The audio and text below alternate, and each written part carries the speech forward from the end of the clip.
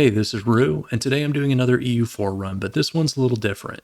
This is a full game pacifist run, starting as the Ottomans in 1444 and playing as long as we can. The rules are simple. If our nation goes to war, at any point, for any reason, the run's over. This isn't going to be a technically hard challenge. We're starting as the strongest nation in the game, but more of a test of will. We'll get into why later, but EU4 without wars is kind of a husk of a game. This ends up being a long challenge, so I'm going to go quickly. I start with more detail, but as the game goes on, I intentionally skip a number of nation releases, threatened war demands, and core returns just for the purposes of brevity. I think I was able to catch all annexations though.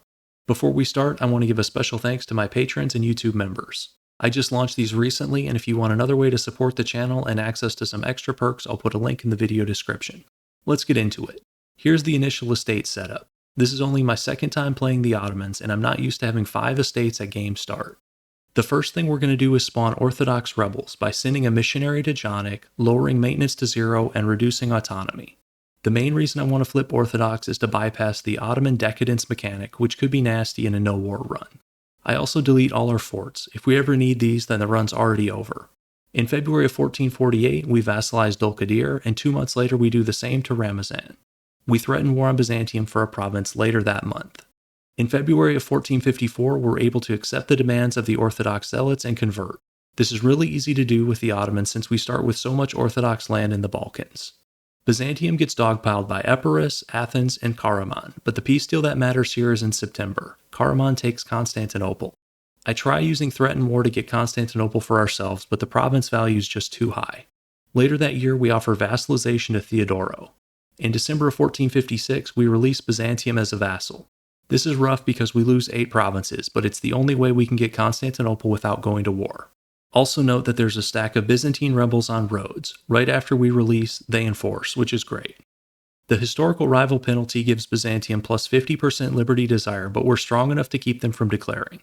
We ally Karaman and build up enough favors to ask for Constantinople in May of 1466.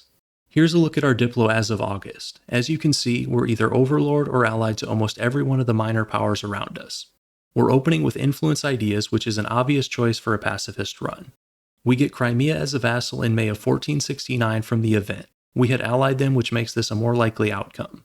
We finish the annexation of Dulkadir in August of 1470, and we do the same for Ramazan in January. Theodoro's next in September of 1474, followed by Byzantium in July of the next year. The Ottomans have a really good decision to make Constantinople the capital, giving stability, 11 dev, and even upgrading our government rank, but unfortunately this is only available if we stayed in the Muslim religious group. I can still manually move the capital, which lets us complete a mission, giving us a few dev and some temporary bonuses. In January of 1480, we unlock our second idea group, Administrative Ideas. Venice is having a bad game, and in June of 1487 we threaten them for a province in Greece. Next up is another round of annexations, Epirus first, then Cyprus, and finally Trebizond in September of 1494. Flipping Orthodox made it much easier to royal marry and vassalize these Christian minors. Another Diplo check. We're still overlord or allies with almost all of our smaller neighbors. We integrate Crimea in October of 1498, and if you're curious, here's a look at how the global militaries stack up. We're actually second in army size. France is having a ridiculous game. They got the Burgundy PU and have already beaten Austria at least once. We finish admin ideas in June of 1506, which unlocks what might be the single best policy for this run, the Vassal Integration Act, giving us minus 15% Diplo annexation cost. This lets us finish the annexation of Jandar on the next month tick. Crete's next in June of 1508, followed shortly thereafter by Albania and Athens. We then do the opposite, releasing Aretna and asking Karaman to return one of their cores. We get the second core in October, which lets us complete the mission Conquer the Beyliks. We use favors on Imereti and Akkoyunlu to increase trust, which counts towards vassalization acceptance. Here's another way to vassalize a neighbor. As of March of 1517, Karaman's willing to accept vassalization, but the problem is that we own a couple of their cores. The catch-22 is that returning both cores to Karaman makes them strong enough to no longer accept vassalization. We can play a kind of shell game here, granting one of the Karamanese cores to Aretna. We return the other to Karaman and we're able to finally vassalize them. Also note that we have Egypt form here. We can now complete Unify Anatolia, giving us permaclaims in the Mashriq and Caucasia regions. We annex Aretna in October of 1521, followed by Imereti in December of 1524. Akkoyunlu's next, and we integrate them in December of 1532. I like annexing several vassals at a time to avoid the stacking penalty, so we go for another round. Hyson-Kaifa in April of 1533, Aquileia in August, giving us a foothold in Italy and enough dev to upgrade to Empire Government rank, Karaman in July of 1534, and finally Moldavia in August. We've hit what looks like a wall in the east, a fairly strong Karakoyunlu game, but I have some ideas. Step 1. Releasing Georgia and asking for cores to be returned. One thing to note here, after we curry the needed favors with our allies, I either end the alliance or turn off joint offensive wars until we need more favors. We have enough troops to prevent anybody from declaring on our allies, but I don't want to get dragged into any offensive wars. Here's a look at the great powers as of January 1540. We're in second, behind this ridiculous France, but that's not bad for a pacifist run. By the way, look at what Hungary does to Austria in this peace deal. So much for historical friends. It's time to pick up some Italian OPMs, and we start with Ferrara in July of 1546. Lucca is next in November of the following year, and we finish with Mantua in April of 1548. We head east, finishing the annexation of Georgia in July of 1549, which we immediately follow by releasing Armenia and asking for the return of Yerevan. We can use nations with overlapping cores like this to creep into QQ territory without firing a shot. Also, this run is helped by some of these Ottoman events, for example here in April of 1550. This lets us release Milan as a subject. The text says Eyalet, but because we're Orthodox, they're just going to be a regular vassal. We can use Milan's cores to get a bunch of provinces back from Genoa and Venice. After getting all their cores returned from QQ, we finish the annexation of Armenia in May of 1561. We do the same with Savoy in November of 1563, and Saluzzo a little over a year later. We ask Genoa to return Milan in April of 1569, which costs a whopping 93 favors.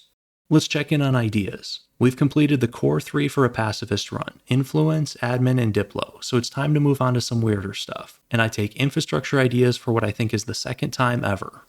We continue our peaceful expansion in Italy, annexing Trent in July of 1571 and Milan in December of the next year. Let's take a look at the east. We have Shirvan as a vassal, but otherwise it looks like we're stuck. We don't have any further nations we can release that would let us ask Karakoyunlu for cores back. But there's a way to break through this peacefully, even if ethically it's a disaster. Step 1. Threaten war with Karakoyunlu for a province with a decent releasable, in this case, Saran. We're up to almost 230,000 troops, so of course they accept. Step 2. Release Saran as a vassal. Step 3 is where this gets really sketchy. We do everything we can to get Karakoyunlu back to friendly. Gifts, guarantees, great power influence, and so on. We're going to ally them again and use favors to get the rest of Saran back. Because none of the actions lose trust, you can repeat this combo until the nation is completely gutted. Here's another expensive core return, asking the Papal State for Florence for 75 favors. Between government reforms and ideas, we're up to 7 diplomats, which is letting us improve relations and curry favors all over the place. Let's do a couple more annexations, Florence in June of 1577 and Siena a month later. We ask for the last Sorani core to be returned in March of 1583, and the Evangelical Union event fires shortly thereafter. Obviously, we're going to sit this one out. In May, we end our alliance with Karakoyunlu again. We use threaten war in the west as well, see here against Switzerland in November of 1584. We integrate Saran in December of 1587 and Shirvan 2 months later. Hungary was rival to us for most of the early game, but we finally outgrown them and they're open to an alliance in October of 1589. This opens up our peaceful expansion options in the Balkans significantly, and we start by releasing both Serbia and Albania. Moving back to the east, I had released Ardabil, and in December of 1591 we asked for their third province to be returned by Ajam. We release Ardalan next in June of 1592 and immediately request another core from Ajam. Europe's in the middle of the League War, but our citizens don't have to worry about that kind of violence. In September I checked the casualties. We have just under 12,000 from fighting occasional rebels. Meanwhile, France has over 1 million and counting. We take advantage of Venice, weakened by the League War, to demand a province in November. You don't see this peace deal every day, Hungary taking the province of Venice.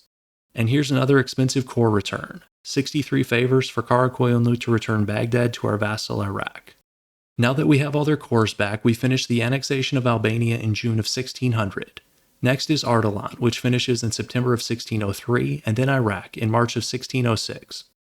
That same month, we extort another province from Karakoyunlu, which has been gutted without us firing a shot. We annex Biapis, another Persian minor, in December of 1611. Luristan's our next vassal in the east, and we ask Ajam to return one of their cores.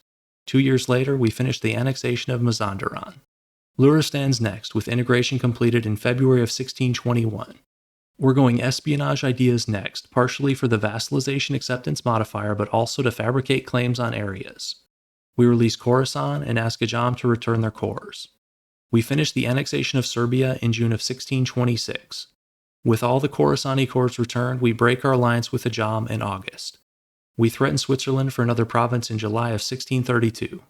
The next year we finish the annexation of Khorasan and use our new provinces to release Sistan. I want to vassalize Venice next, but we have a bunch of their cores, so it isn't happening. Time for the vassal province shell game. We release Aquileia and feed them 2 Venetian cores. Since we technically no longer have any of their cores, Venice is ready for an alliance and vassalization. In December of 1637, we complete the mission In the Persian Threat.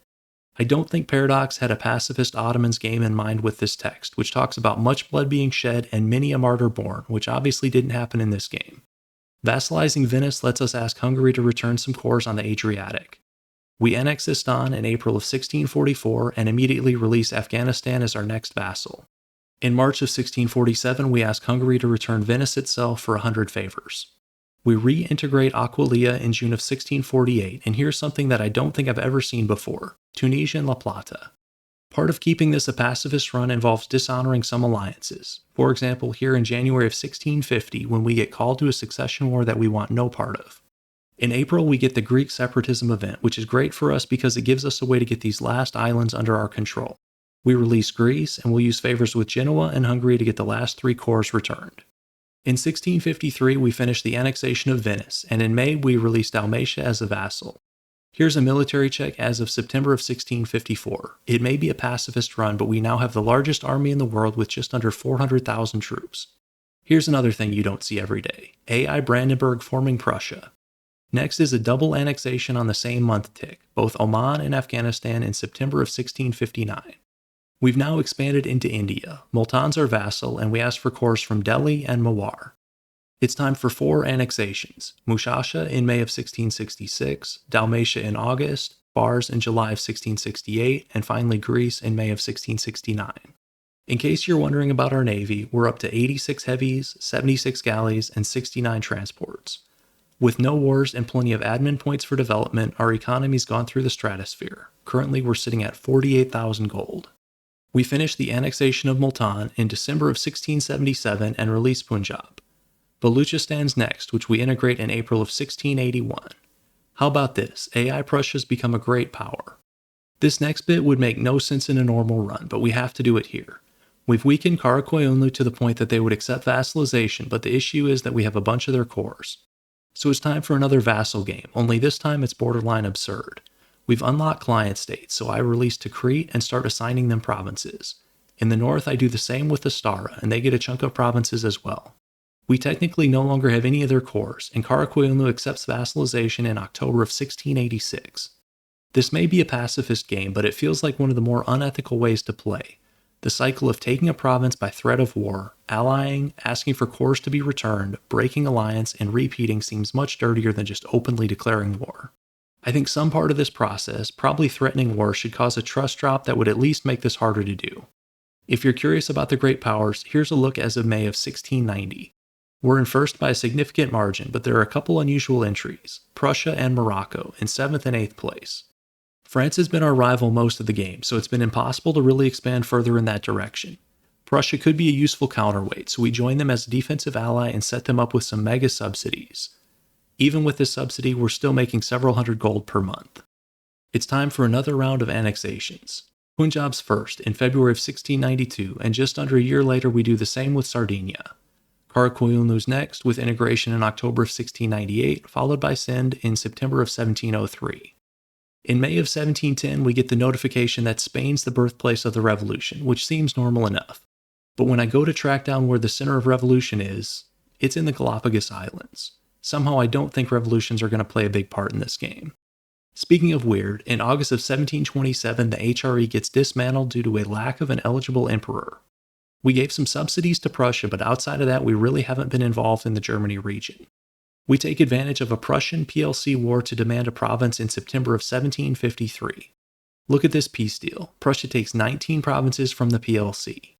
We annex our Middle Eastern client states next, Astara in April of 1763 and Tikrit in August. Next up is Kiev, which we annex in June of 1770. We integrate another two nations on the same month tick in July of 1798, Switzerland and our client state of Ilans. Those are actually the last annexations of the game, and we finish in January of 1821 with three vassals, Bosnia and Tunisia in the west and Mawar in the east. Let's start with the game stats to show we kept this honest. 0 victories and 0 defeats. Over the course of the game, we annexed 334 provinces and absorbed 62 different nations. We have a 2 million man army arrayed around our capital, and it's by far the largest in the game. The quality is pretty poor though, just 6.5 land morale. For reference, Prussia has 11.5. We end the game with around 244,000 casualties, mostly from attrition, which is on par with a couple of the smaller colonial nations. If you were a citizen, you'd certainly be better off in our empire. Look at these casualty rates for the other majors. 8 mil for Russia, 5.3 mil for France, 5 mil for Prussia, and so on. As far as navies, we end the game with 200 heavies, although France and Egypt both have a respectable amount. Here's the great power list. We're in first, with 6,300 dev of our own, but with quite a few superpowers. Russia, France, Prussia, Spain, Deccan, Egypt, and even Morocco. Morocco had a French alliance most of the game that kept them safe and let them take the entirety of West Africa and even a province in Portugal. They end the game with 605,000 troops, which is pretty wild. Russia conquered most of China, which is unusual, and Deccan pushed all the way into Thailand and Cambodia. I want to show two of the crazier screens from this run. The first is our economy tab, with 900 gold per month going to army maintenance. The second's the building map mode. The light blue provinces have all their building slots occupied. We have a university in every province, a town hall in every province, a basilica in every province, a counting house in every province, and a manufactory in every province. We also developed like crazy, with over 84,000 mana going into province development, almost twice that of anybody else. My favorite part of the dev map mode is here in Mazab, with provinces of 47 and 50 dev. For reference, that's more dev than Rome has. For those curious how this is possible, Mazab starts as a feudal theocracy which gives them a special ability to get dev with a flat mana cost. Here's the religious map mode. We converted all our provinces to Orthodox, despite never taking religious ideas. Speaking of ideas, here's the ending set. The only military idea we took was quantity, which helped us get to 2 million troops. And here's one of the key modifiers for this run, minus 45% Diplo annexation cost. With temporary events, it's possible to get this even higher. Okay, let's do an overall discussion of this run while I let the timeline roll. The early part of this challenge was pretty interesting, peacefully consolidating Anatolia, expanding into the Balkans, and so on. I've never really done the threaten war, ally, core return, break alliance loop like we did to Karakoyunlu. It was time and mana inefficient, but we managed to absorb all of QQ without firing a shot, which I didn't know was possible for a medium-large nation before trying this. But to be totally honest, by the late game, I was more or less just watching Prussia at speed 5. I've mentioned this in previous videos, but I think at its heart, EU4 is a war game, and if you intentionally exclude that, there's just not that much to do. So when I call this a Pacifism Masochism challenge, that's only partially tongue-in-cheek. My recommendation? Try playing this way if you want, but don't go to 1821 unless you're some kind of mentally cracked YouTuber. I'm also not sure that the Ottomans were the best country choice for this. Having the Mamluks as a historical rival meant that we really couldn't do anything to our south. They would never ally us, they were too strong for threat and war, and apart from us, they didn't really have any threats to weaken them. A better choice might have been a medium-sized nation without historical rivals. I think that about wraps this one up. If you like this sort of content, please like and subscribe. As always, thanks for watching, and special thanks to those of you who are patrons or YouTube members, and I'll see you in the next one.